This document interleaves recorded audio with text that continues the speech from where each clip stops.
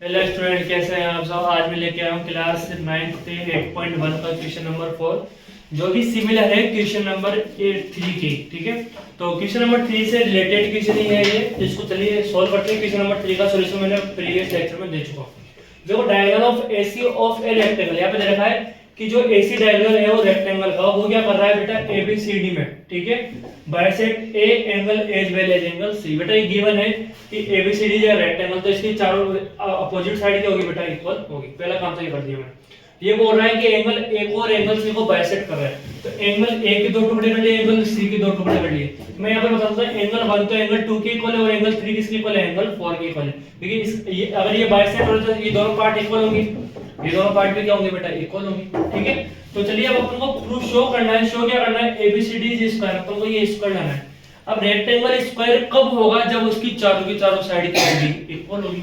हाँ या ना, तो अपन ऐसे बोल सकते हैं बेटा यहाँ पर कि यहाँ पर देखो ये अल्टरनेटिव इंटीरियर एंगल बढ़ रहा है नहीं बढ़ रहा, तो अपन ऐसे बोल सकते हैं एंगल 2 इक्वल टू में angle 3 by alternative interior angle. Reason की जो एडी है वो किसके पैरेलल है बेटा, बीसी के पैरेलल है।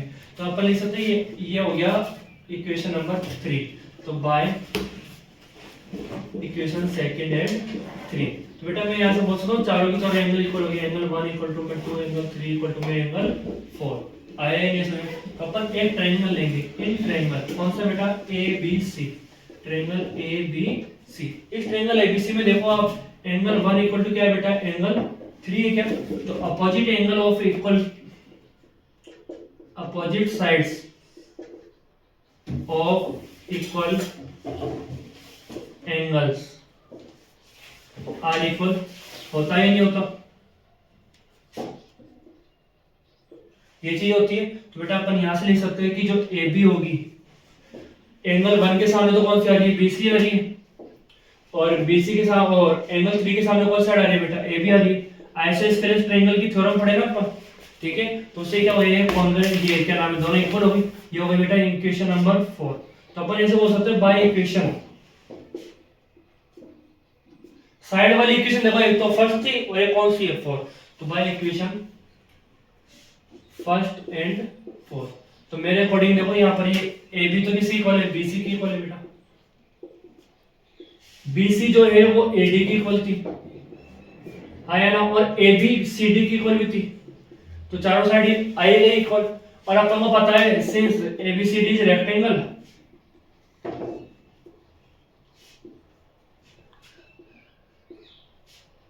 और अगर एबीसीडी रेक्टेंगल तो एंगल 1 इक्वल टू में एंगल बी इक्वल टू में एंगल सी इक्वल टू में एंगल डी, ये चारों कितने बेटा, 90 डिग्री। तो अपन बोल सकते हैं देखो, जिसकी चारों साइड इक्वल होती है और चारों एंगल क्या होते हैं, इक्वल होते हैं, तो उसके क्या बोलते हैं अपन, स्क्वायर बोलते हैं क्या, hence ABCD is a square. पहला काम तो ये हो गया अपना। ठीक है, अब ये बोला जा रहा है एक डायगोनल बीडी, पहले अपन डायगोनल बीडी ड्रॉ करते हैं। ये मैंने डायगोनल बीडी ड्रॉ कर दिया। अब ये बताना है जो डायगोनल बीडी है वो एंगल बी को और एंगल डी को क्या कर रहा है, बाइसेक्ट कर रहा है। तो मैं ऐसे करता हूं, एंगल बी की दो टुकड़े कर देता हूं, 5 और 6 और 7 और 8। तो मुझे ये शो करना है बेटा, एंगल 5 तो एंगल 6 के इक्वल होना चाहिए और एंगल 7 किसके इक्वल होना चाहिए, एंगल 8 के। अपन अगर ये शो कर देते हैं तो इसका मतलब हो गया जो बीडी डायगोनल है वो ए को, बी को और डी को क्या कर रहा है बेटा, बाइसेक्ट कर रहा है। तो अपन दो ट्रायंगल ले लें इसमें सेकंड के लिए, in triangle A B D and triangle C B D. ठीक है, तो देखो इसमें अपन क्या कर देंगे, देखो ये वाली साइड तो इसकी इक्वल हो गई, जो एडी हो गई वो किसकी इक्वल हो गई बेटा, बीसी की हो गई, अपोजिट साइड। बाकी दे रखा, बार बार लिखने की जरूरत नहीं है। ये जो ए बी है वो किसकी इक्वल हो गई, सी डी की।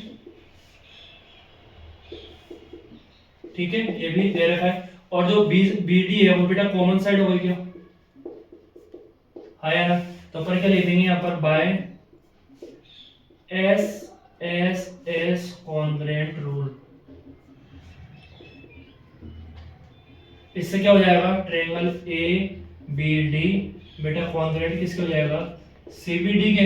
तो यहां से मैं क्या लगाऊंगा, CPCT by CP C T. तो ये वाला एंगल तो इसके इक्वल हो जाएगा, एंगल 5 किसके इक्वल हो गया बेटा, एंगल 6 के इक्वल हो गया, हाँ या ना।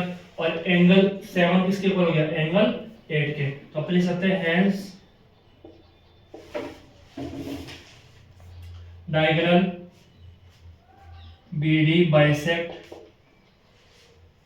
Angle C as well as angle B आएगा बेटा, angle B as well angle भी आएगा एज एंगल डी, हाँ या ना।